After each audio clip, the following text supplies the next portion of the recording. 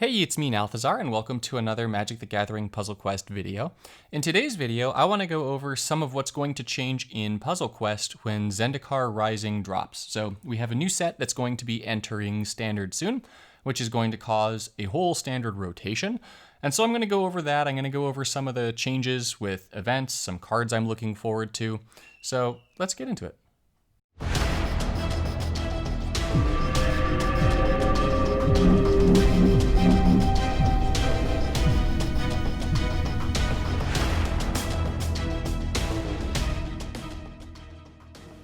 For those of you who have not yet taken a look at some of the spoilers for Zendikar Rising, we've got 3 new Planeswalkers coming to us in the form of a new Jace, we've got a Nahiri, and we have a green-black Nissa. They look pretty sweet. All of them, actually. Except for, Jace is interesting in paper. We'll have to see how Jace turns out in Puzzle Quest. So we've also got a whole bunch of stuff that has to deal with lands. Landfall is a keyword. It's a very big keyword in the Zendikar set. There are a lot of double-sided cards in this set that are going to have half side be a spell or a creature or a support, and the other half is going to be a land. So I'm interested to see how this winds up getting implemented in Puzzle Quest. Some of the cards that stand out to me just out the gate are cards like Emeria's Call, which you can see on the left over here. It's going to create angel tokens. It's probably going to give our creatures prevent damage until end of turn, and then the other side is going to be a land. So my guess is that we're going to see a lot of good stuff with a lot of gem conversion in the set. I don't think that we're probably going to see landfall change. We might, but my guess is probably not, and that we'll still have a pretty easy way of triggering it because, just as you see on this first page, look, like Emeria's Call, Seagate Restoration, Agadeem's Awakening, Shatterskull Smashing, Turn Timber Symbiosis, these all flip, they turn into lands. And as you go through the entirety of the set, you'll see that there's quite a lot of cards actually that have that flip ability as you go that are going to turn into lands, or at least can be a land. Another card that I think could really make some waves in the set is Lotus Cobra. Lotus Cobra has landfall to enter the battlefield and add a mana of any color, which in this game could either mean that when you make a landfall, it's going to increase your mana bonus for that turn by 1, or it could mean that landfall convert gems to your Planeswalker's colors. Either way, I see that being incredibly strong because gem conversion is a kind of big deal in Puzzle Quest, but we'll have to see how that card turns out. Now in Puzzle Quest, we've got our own standard, and that standard looks a lot like paper Magic. If you're unfamiliar with what I mean by standard, there are a number of sets that count as the primary sets that you can use in most events. And those are most of the restricted events. It's not all of them. There are exceptions to everything in Magic, but the current standard in Puzzle Quest consists of Origins, Guilds of Ravnica, Ravnica Allegiance, War of the Spark, Core Set 2020, Throne of Eldraine, Theros Beyond Death, the Daxos versus Kalemni subset from the Dual Deck events, Ikoria, Layer of Behemoths, and Core Set 2021. Now, at any given time, we can have 9 sets in Standard plus Origins. And so what's going to happen here is Zendikar is going to bring us to the 10th set. And as Zendikar is going to bring us to the 10th set, 4 sets are going to be rotating out of Standard. So Guilds of Ravnica is rotating out, Ravnica Allegiance is rotating out, War of the Spark is rotating out, and Core Set 2020 is rotating out. There are going to be some major implications as to what that means to see those sets go.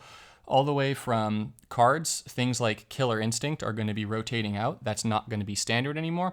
All the way up to the events that we see on a weekly basis and on the weekends for our coalition events. In the time that we've had Guilds of Ravnica, or let's just go ahead and call them the Ravnica sets. So in the time that we've had the Ravnica sets and War of the Spark, we've seen what are, in my opinion, the best events introduced to this game and the worst events introduced to this game. And sadly, it's looking like we're probably going to lose both of them. So Rising Tensions came out with Ravnica. Rising Tensions is one of the daily events. It originally came out with 5 and 5, so there are a total of 10 Rising Tensions events. And it used to run every weekday. So Monday, Tuesday, Wednesday, Thursday, Friday. Then they took them away. Then they scaled them back and gave it to us 3 days a week, Monday, Wednesday, Friday. But these events have a 20 crystal buy-in, and then they're all different, but the rewards for this are incredible for a daily event. So you're going to get in Platinum, you're going to get 40 crystals, but really that's actually 20. But you're also going to be getting 20 jewels. And not only are you getting those jewels, but you're going to be getting 2,500 runes, and you're going to get a booster pack, and you're going to get an exclusive mythic card. And those exclusive mythic cards, there are some of them that are good for all players, and there are some that just make it so much easier to get in this game for newer players. So when we've had exclusive cards tied to events in the past, when those sets have gone to Legacy, those cards have entered the pack card pool and get removed from the events. So it's very possible that we see these cards, so Esperia, Lysolda, Ulashed, Teysa, Kraj, and then for the other set, we've got Court of Calling, amongst others, that we might see those enter the booster pack and booster crafting pool and removed from the event pool. Which is, kind of too bad because cards like Ulashed and Court of Calling are just such incredible cards for newer players. And just having all of those at your disposal is really nice. And that's not even mentioning that once you have all of them, every time you play the event, when you get to that 60 ribbon progression, you're getting 500 booster crafting orbs. This event is the best source of booster crafting orbs outside of buying a ton of the packs from the Odyssey block, so Odyssey, Judgment, and Torment. Although it should be, I guess, Odyssey, Torment, Judgment, right? But this is effectively free to play as long as you play through all of the nodes. So losing Rising Tensions is a really big deal. The biggest thing to me for Ravnica coming out, honestly, is that there is some kind of event to replace it to play every day. Because let's face it, Training Grounds is not going to cut it, and Trial of the Plains is not going to cut it. I play Training Grounds every here and there. I never play Trial of the Plains unless it's when it's free over the holidays. That's the only time I ever play Trial of the Plains. It's not exactly my favorite event, in part because it's Legacy, in part because you actually have to pay crystals to get jewels, because it's definitely you're paying, you don't get everything back. And in part just because you have to play a lot more matches. If you streamline Rising Tensions, you play it in 4 matches, you're good. But you have to play at least 8 matches in Trial of the Plains. Now, with Rising Tensions potentially going, which is something that we can all be sad about, we also have Ravnica at War going, and this should be something that players rejoice, you set off fireworks for. This is the moment that you've been living for. Ravnica at War is leaving Standard. This is quite possibly the best thing to happen to the game since they added booster crafting. I don't know. I'm trying to think of anything else that they could have added that would be better than Ravnica at War leaving Standard. Because this event, I love this game, but this event is the worst event I've encountered in this game. The objectives are... they're just really slow. They water down your decks. The objectives would have been fine if there were more cards, or at least decent cards with Proliferate, Amass, and Partner, but there just weren't. And then on top of that, the rewards for this started the whole reward chain that a lot of players have been talking about, where even though they've upped it for individual progression, you now actually get 10 crystals for getting first place. It's just there's really not a lot of incentive for individual success in the event, and the progression rewards are paltry at best. The coalition rewards are kind of nice, but you have to be in one of the top coalition groups in order to get actually good rewards for this event. And I think it also has 6-hour timers, which is just absolutely brutal. Everything about this, the end time, everything is just the worst. So I am the biggest Breach proponent, lover of this game, but Ravnica at War, I'm going to be honest, guys, I played 6 times total. I played it 5 times, once for each color, and then I played it once a few weeks ago as something that I do for my patrons, and that's it. I haven't played Ravnica at War again. So this event coming out of Standard is a big deal. I'm very excited for it, and hopefully the new events that we get with Zendikar aren't going to be just Ravnica at War clones. Hopefully we get some kind of daily event that is going to replace the Rising Tensions events that are going out of Standard, and then also hopefully we see an uptick of some of the other events. So maybe we see more Hunter Bonder. And I know that Hunter Bonder and Titanomachy have the same sort of reward structure, but I actually like playing those events. So at least it's not the worst thing ever. The rewards, not great, but right? So let's go ahead and take a look at some of the cards that are going to be going out of standard and what this means for your decks.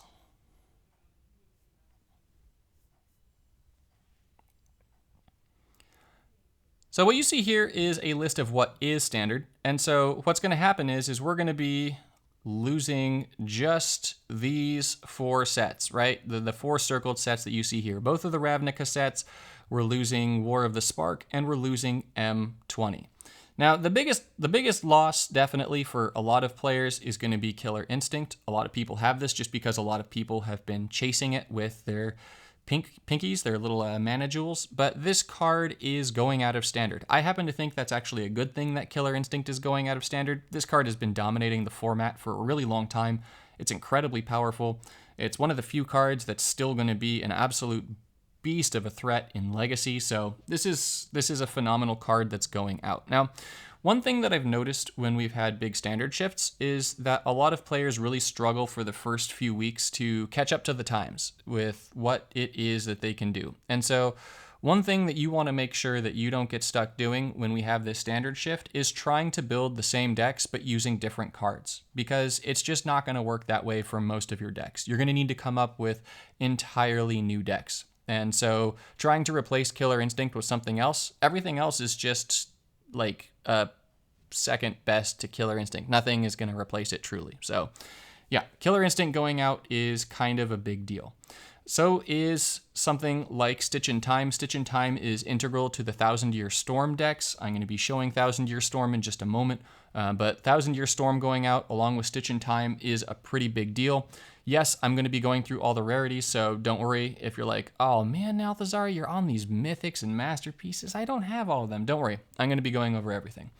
But I'm really just going to be covering the real keys that we are losing, right? So the cards like Zodek. Zodek is an incredibly powerful card that's going out. We're losing a lot of power in our creatures just because we're losing Zodek. We're losing things like Ronas. Although Ronas going out isn't too big of a deal. You'll see that I haven't even mastered this card. It's incredibly powerful, but it's kind of too powerful to use in events. Borborygmos is going out, which is kind of sad for Quartzwood Crasher, but it's not like Quartzwood Crasher needs this thing to be strong, so that's not the biggest deal ever. Golos going out is kind of a big deal because Golos is just such an incredible enabler. There are a lot of decks that you can build and make a lot more functional because Golos exists. Golos will no longer exist. The Rakdos twins are going out. That's going to be a lot of removal from the creature slot. Trostani is going out, which is like the strongest card to pair with tokens. It's insane. Trostani is an absolute beast. And then we're also losing stuff like Atrata. I suppose I won't click on every single one, right? Razia is going out. The Rakdos twins are going out. Like I said, we're going to be losing a lot of our strong vanguards. Things like Nicole Bolas is going out along with Narset's Vanguard.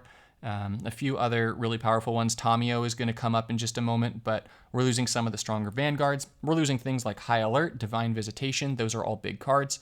And so just keep in mind that Thousand Year Storm, right? Like I mentioned earlier, there's a lot of really big cards that a lot of people use as the linchpins for their decks that are going out of standard. But the real keys to me, apart from a lot of these really big power cards that are going out, are actually some of the less heralded things that you maybe wouldn't necessarily think about. And that's actually going to be the removal. So if you take a look at green, I got a comment on one of my videos lately that was something about like, oh man, green is totally taking over blue. But if you take a look at green, and we're going to just look at green removal, if you just immediately think, what are the best green removal cards in the game? The answers are 1, 2, 3, Death Sprout, Assassin's Trophy, and Casualties of War. But Death Sprout, Assassin's Trophy, and Casualties of War are all going out of standard. If we go ahead and take a look at every other set in Puzzle Quest combined, even just ignoring standard, right? We're not looking at standard. We're looking at every other set in Puzzle Quest combined. And we look for green that has Destroy Creature, because we're losing Destroy Creature from green, which is a big deal. So we're going to add Destroy Creature. there's pretty much nothing. We've got the Great Aurora, which destroys everything, but that's going to be staying, but that once again destroys everything. We've got Maelstrom Pulse, but this is destroying tokens. It doesn't actually destroy creatures, and that's it. Seriously, that's it.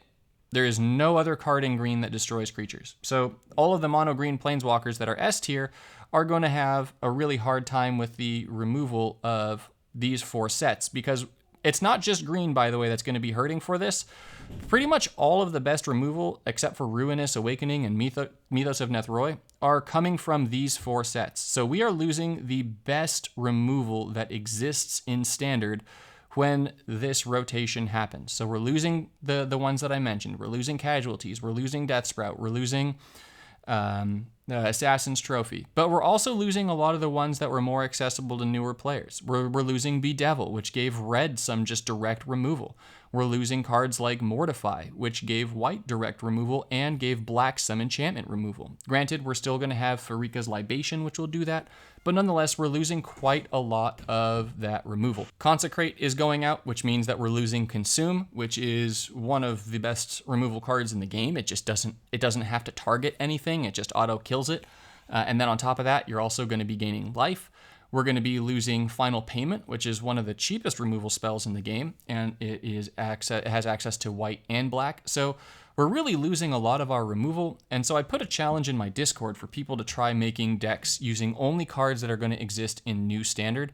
And the first thing that they noticed was that it was difficult to make decks because there just isn't really reliably low-cost removal. And if you're a Paper Magic player, you're going to be very familiar with this just because there really isn't a whole lot of efficient removal in Paper Magic, and we're going to start seeing that in Puzzle Quest too.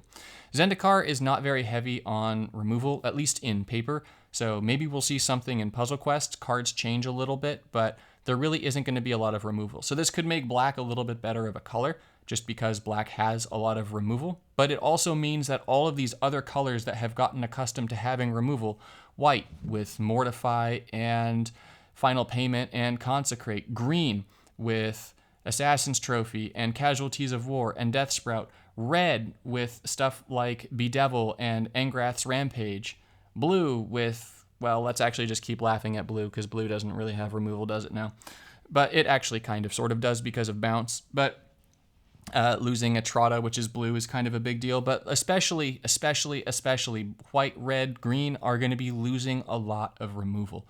So we're going to have to see what kind of impact that's going to have on Puzzle Quest. I happen to think that it's going to make the initial transition a little bit harder. You're going to need to be more precise in what you're using for your control cards in order to make a pretty good deck, and I think that it's going to make cards like Mythos of Nethroi or Ruinous Ultimatum or cards like those a little bit more valuable. Those are just a few things to look out for. Now, the last thing to really look out for is that we're losing a lot of gem conversion here. And when I say that we're losing a lot of gem conversion, I mean that we're losing one of the forms of gem conversion that I see people using the most outside of players who have something like Urza or Song of Creation with Eidolon of Blossoms.